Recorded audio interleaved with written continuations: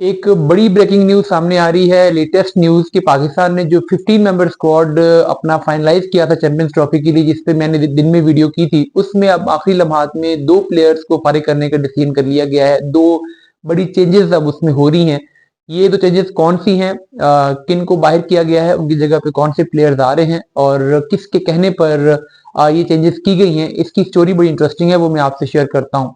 देखिए, जो पहला चेंज इसमें है वो आपको मैंने ये बताया था कि पाकिस्तान क्रिकेट बोर्ड ने पिछले कुछ अरसे में जो पाकिस्तान की सिलेक्शन कमेटी है, उन्होंने एक ऑलराउंडर चूज करना था पाकिस्तान टीम के लिए, और उन्हें जो ऑप्शन नजर आ रहे थे उसमें से सबसे ज्यादा जिस नाम पे लोग एग्री हुए थे वो थे शादाब खान।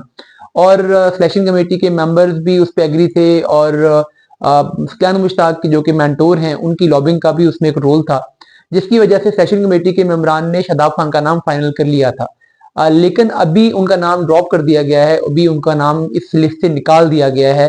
और इस पर खबर यह है कि आकिब जावेद जो कि पाकिस्तान टीम के हेड कोच हैं तीनों फॉर्मेट के, उन्होंने इंसिस्ट किया कि हम शादाब खान को स्क्वाड में नहीं लेंगे।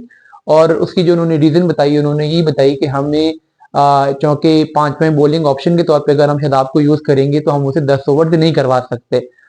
T20 में तो फिर भी एक दो ओवर्स करवा के आप छुप जाते हैं, बट ओडीआईज में हमें 10 ओवर्स के लिए बॉलर चाहिए होगा। और शादाब की जो फॉर्म रही है नेशनल T20 कप में रिसेंटली, वो बहुत अनइम्प्रेसिव रही है। तो इसलिए आकिब जावेद के इंसिस्ट करने पर अब शादाब खान का नाम इसमें से निकाल दिया गया है। अब जो उनकी जगह पर जो नाम ऐड किया जा रहा है वो है लेफ्ट आर्म स्पिनर हैं सुफियान वकीम। हालांकि ये सुफियान वकीम बॉलर हैं, शादाब ऑलराउंडर थे, तो वो जो लाइक फॉर लाइक तो नहीं है। ऑलराउंडर की जगह पे स्पिनर का आना, और शादाब का जो रोल था वो सुफियान वकीम बैटिंग के जरिए से तो ओबियसली नहीं निभा सकेंगे।